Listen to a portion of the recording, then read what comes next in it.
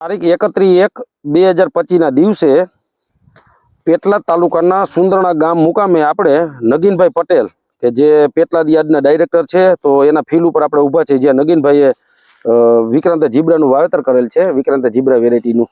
તો પહેલા આપણે નગીનભાઈની ઓળખાણ કરી અને પછી થોડા નગીનભાઈને આપણે પ્રશ્ન કરશું. તો તમારી ઓળખાણ આપો નગીનભાઈ.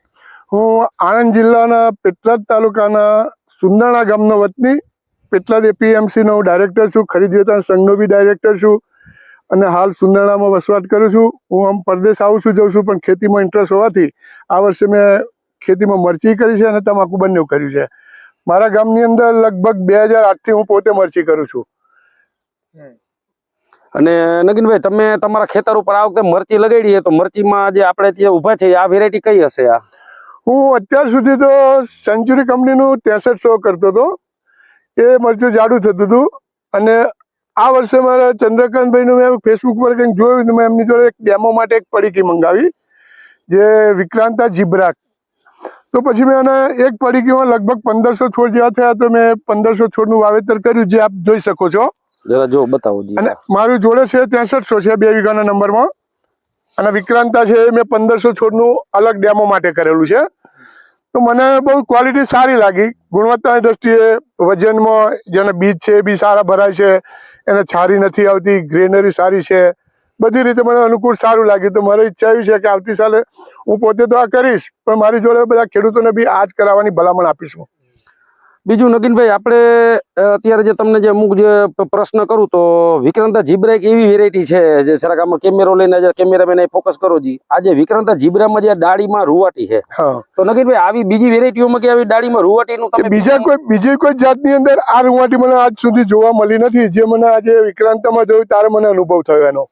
તો આ વેરાયટી હાઇબ્રિડ છે, બીજાની હાઈરે આમ જગ્યા કરવા માટે એવું નથી, પણ નવું એક જ હાઇબ્રિડ કહી શકીએ ને આપણે. હા ના, બહુ ફર્સ્ટ ક્લાસ, સરસ. બીજું રોગ જીવાત બાબતમાં એમાં અન્ય વેરાયટીનો કમ્પેરીમાં તમને શું લાગે? આમ વિગર, જુસ્સો, તાકાત? મને એવું લાગે છે કે ગ્રોથની દ્રષ્ટિએ સારું છે. રોગની અંદર મને લાગે છે ત્યાં સુધી બહુ ઓછો આવે છે. જે બીજા પાકની અંદર, જે બીજી જાતની અંદર જે દવાઓ મારીએ છીએ અમે, એના કરતાં આની અંદર બહુ ઓછી દવા મારવી પડતી હોય છે.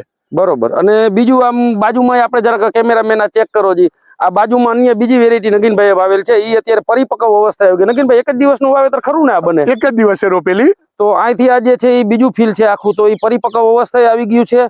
મરચાની સાઈઝ એમાં ઉપર જતા ટોપ લેવલે તો થોડીક સાઈઝ આમ રિડ્યુસ ઘટતી જાય છે, જ્યારે આ જીબ્રાનું મરચું. મેં 5 સપ્ટેમ્બર આ મરચી રોપેલી, ટોટલ આખો નંબર નર્સરી કરીને સોંપેલ ને? હા. અને ખુલ્લામાં વગર ડ્રીપ? કોઈ ડ્રીપ નહીં, ફ્લડ વોટર.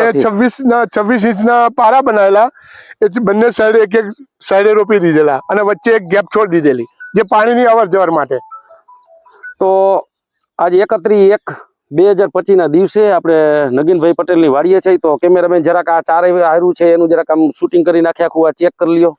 આ જે 4-5 હારું આવી એકદમ કાળી કટમાં લીલી. આપણે જરાક આમ મરચાઈ જોઈ લઈએ આપણે, અને નગીનભાઈ જોડે થોડા પ્રશ્ન કરતા જાય. ના ના, સરસ છે. નગીનભાઈ બતાવતા જોજી તમે તમારી રીતે. તો ફાલ દેવાની ક્ષમતા વધારે, ઉપરાંત આપણે એમ કહી શકીએ કે બીજી વેરાયટી કરતા આમાં ફ્લાવરિંગ સારું છે, એનો ગ્રોથ સારો છે, મરચાની ક્વોલિટી સારી છે, કલર બી સારો છે, અને ટોપ લેવલે આમ લંબાઈ પૂરી. હા, ટોપ લેવલ છે. અને ટોચનું મરચું હોય એ બી મોટું હોય છે. મારી દ્રષ્ટિએ તો લગભગ એક પહોંચાની પર મારા ઘડિયાળ સુધી આવી જાય એટલું મરચું છે આ. તો લેન્થ સારી છે? લેન્થ સારી જ છે. જુઓ, આ રીતે તમને બતાવું, જોઈ લો. રેડી. બજારમાં બીજી અન્ય વેરાયટીઓના કમ્પેરિઝનમાં બજાર સારી ગુણવત્તા બધી રીતે મને સારી લાગી. તો વાવવા જેવી વેરાયટી ખરી? 100% વાવવા જેવી વેરાયટી ખરી, પ્લસ ભલામણ બીજા ખેડૂતોને બી કરવા જેવું ખરી. બીજું ક્લાઇમેટ ચેન્જ, મતલબ કે શિયાળામાંથી અત્યારે ઉનાળો આવવાનો ટાઈમ છે, ક્લાઇમેટ ચેન્જ છે. તો ક્લાઇમેટ ચેન્જ અમે નગીનભાઈ આપણે એમ કહી શકીએ લીલી છે તો આ ટકી ગઈ છે, અને બાજુમાં આ જે છે એ ક્લાઇમેટ ચેન્જ અમે ટકી શકતી નથી.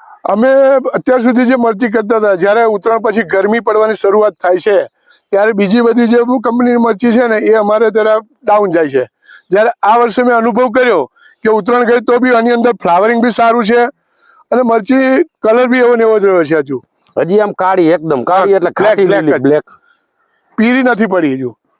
તો ઓલ ઓવર તમને મરચીની ખેતીમાં વિક્રાંતા જીબ્રામાં જવામાં મજા આવી? ના, સારી લાગી, બહુ ફર્સ્ટ ક્લાસ એમ. તો નગીનભાઈ, તમે એક બીજી માણસો નવરા ન હોય ને એવા ટાઈમે જો તમે તમારા ફિલ્ડમાં મારી જોડે આવી અને આવડો કિંમતી સમય તમે આપ્યો, અને તમારું જે ઓપિનિયન છે એ બેસ્ટ મને લાગ્યું. અને નગીનભાઈ અમારી સાથે જોડાવા બદલ તમારો ખૂબ ખૂબ આભાર. આભાર ચંદ્રકાંતભાઈ.